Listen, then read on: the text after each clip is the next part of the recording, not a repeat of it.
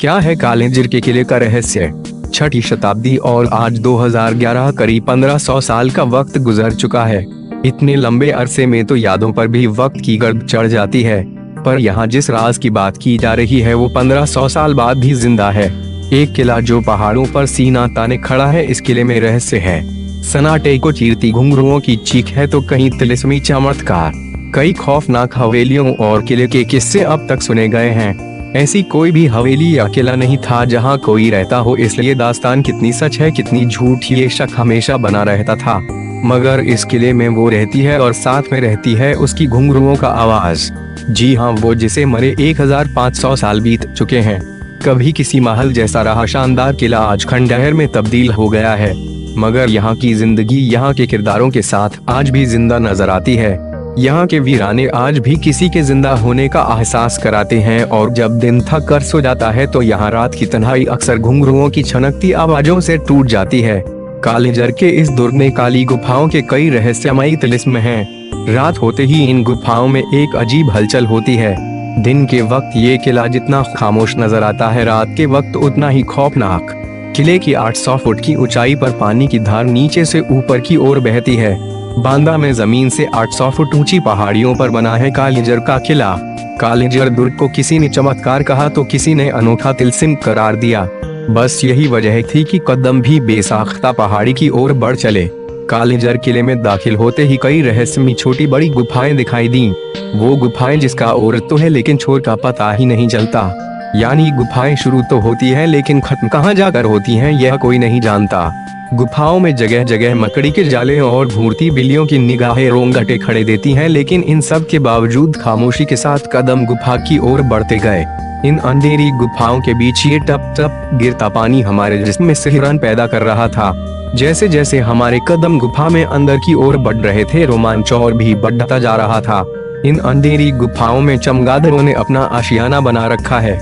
आगे की जगह को पाताल गंगा कहते हैं।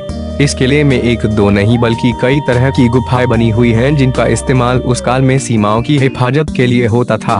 किले के पश्चिमी छोर पर ही एक और रहस्यमयी गुफा थी। इस गुफा में घना अंधेरा था और इसके अंदर अजीब तरह की आवाजें आ रही थी। कालिंजर के रहस्यमयी किले में 7 दरवाजे हैं। इन 7 दरवाजों में एक दरवाजा ऐसा है जो सिर्फ रात के सन्नाटे में खुलता है, और यहाँ से निकला एक रास्ता रानी महल ले जाता है, जहाँ रात की खामोशी को घुंघरुओं की आवाजें तोड़ देती हैं। और इन्हीं घुंघरुओं की आवाज सुनने के लिए अब हमें शाम ढलने का इंतजार करना था। दरअसल कालिंजर किले में मौजूद रानी महल है। एक दौर था जब इस महल में हर रात महफिलें सजा करती थीं। कहने वाले कहते हैं कि आज 1500 साल बाद भी शाम ढलते ही एक नर्तकी के कदम यहाँ उसी तरह थिरकने लगते हैं। बस फर्क यह है कि अब इन घुंघरुओं की आवाज दिल बहलाती नहीं बल्कि दिल दहला जाती है। घुंघरू की आवाज उस नर्तकी की है जिसका नाम पद्मावती था। गजब की खूबसूरत इस नर्तकी की जो भी एक झलक देख लेता वही उसका दीवाना बन बैठता। कहते हैं जब उसके घुंघरू से संगीत बहता तो चंदेल राजा उसमें बंद कर रह जाते। पद्मावती भगवान शिव की भक्त थी, लिहाजा खासकर कार्तिक पूर्णिमा के दिन वो पूरी रात दिल खोलकर नाचती थी। पद्मावती अब नहीं है, पर हैरानी की बात यह है कि हजारों साल बाद आज भी ये किला पद्मावती के घुंघरुओं की आवाज से आबाद है। खुद इतिहासकार भी इस सच को मानते हैं। रिसर्च के दौरान एक बार उन्हें देर रात इस महल में रुकना पड़ा और फिर रात की खामोशी में अचानक उन्हें वही घुंघरुओं की आवाज सुनाई देने लगी। हजारों साल पुराने इस किले का इतिहास कुछ ऐसा है कि लोग फिर भी इन वीरान खंडहरों की ओर खींचे चले आते हैं। ये किला दरअसल चंदेल साम्राज्य की मिल्कियत हुआ करता था, मगर किले के इतिहास से अलग लोगों को ज्यादा दिलचस्पी है किले में छुपे खजाने से। इस किले ने अब तक जितनी भी लड़ाइयाँ झेली वो सब खजाने को लेकर ही हुई।